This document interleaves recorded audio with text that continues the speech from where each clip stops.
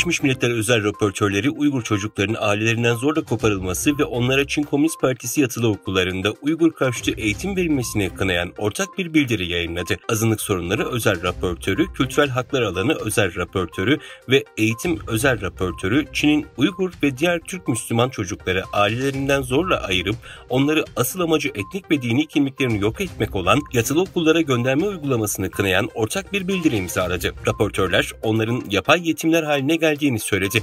Bildiride özel raportörler Doğu Türkistan'ın devlet tarafından işletilen yatılı okul sisteminin çocukların ana dilinde eğitim vermediğini ve Uygur ve diğer azınlık Müslüman çocuklarını ailelerinden ve topluluklarından zorla ayırarak zorla asimilasyonlarına yol açtığını söyledi.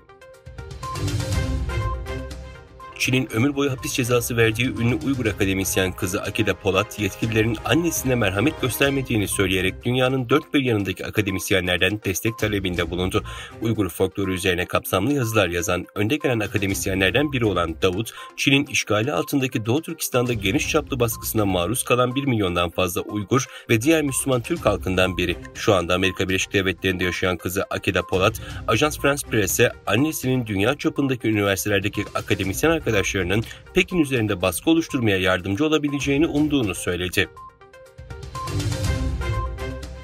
ABD Merkezi İstihbarat Teşkilatı'ndan üst düzey bir yetkili Çin yapay zeka programlarının ABD ulusal güvenliğine karşı oluşturabileceği potansiyel tehdit konusunda uyarıda bulunurken CIA'nin aynı zamanda teknolojiyi ABD'ye faydalı olacak şekilde yaymaya çalıştığını belirtti. ABD merkezli Fox News ağına göre CIA yapay zeka direktörü, CIA Çin yapay zeka programlarını endişeyle izliyor.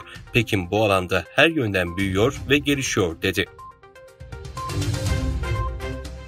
ABD ve Çin sorunlu ilişkilerini çözmeye çalışırken Beyaz Saray, ABD Başkanı Joe Biden'la Çin Devlet Başkanı Xi Jinping arasında gelecek ay San Francisco'da yüz yüze bir görüşme yapılmasını planlıyor. Washington Post'ta yer alan haber üst düzeydeki ABD'li yetkililere dayandırıldı. ABD hükümeti uyuşturucu madde fentanilin ticaretini yaptıkları gerekçesiyle Çinli kuruluş ve kişilere karşı yaptırım başlatırken aleyhlerine hazırlanan iddianameleri kamuoyuyla paylaştı.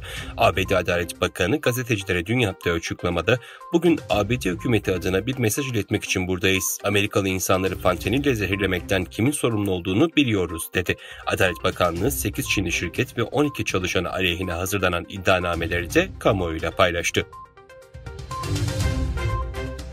Brezilya ve Çin ikili ticaretlerinde dün ilk kez kendi ulusal para birimleriyle işlem yaptı. İkili ticaret kapsamında Çin'in ulusal para birimi yuan cinsinden alınan ödemenin doğrudan Brezilya realine çevrilmesiyle ilk kez ulusal para birimleri kullanıldı. Bank of China'nın Brezilya'daki şubesinden yapılan açıklamada ise finansal işlem tarihi olarak duyuruldu.